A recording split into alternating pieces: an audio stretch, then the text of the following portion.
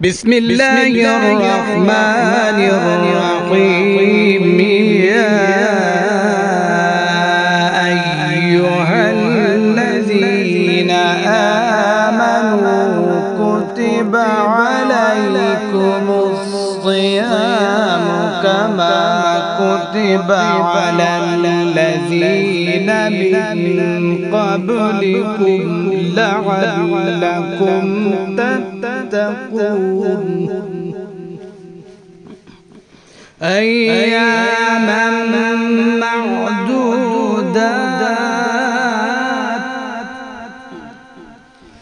فمن كان مريضا أو على سفر فعدة من أيام أخر. وعلى الذين يطيقونه فدية طعام مسكين،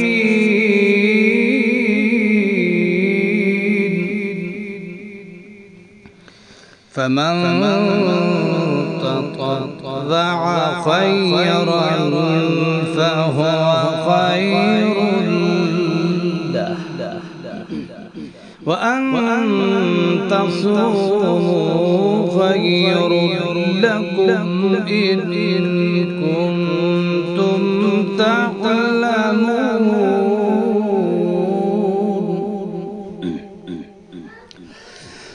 شهر رمضان الذي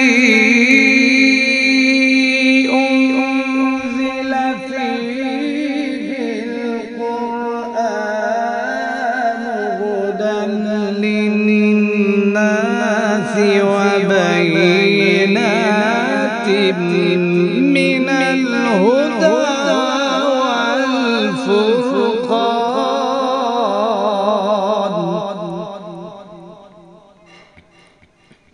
فمن شهد منكم الشهر فليصم،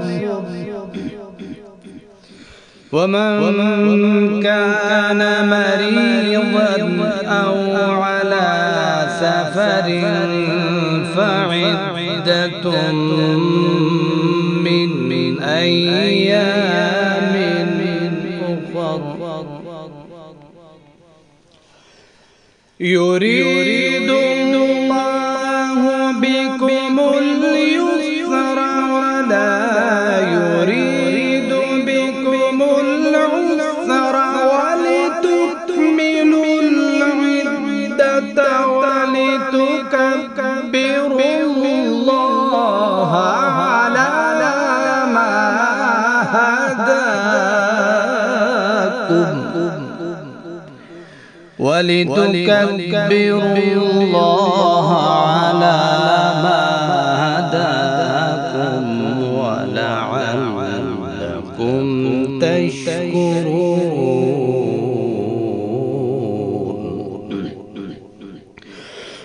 وإذا سألك عبادي عني فإني قريب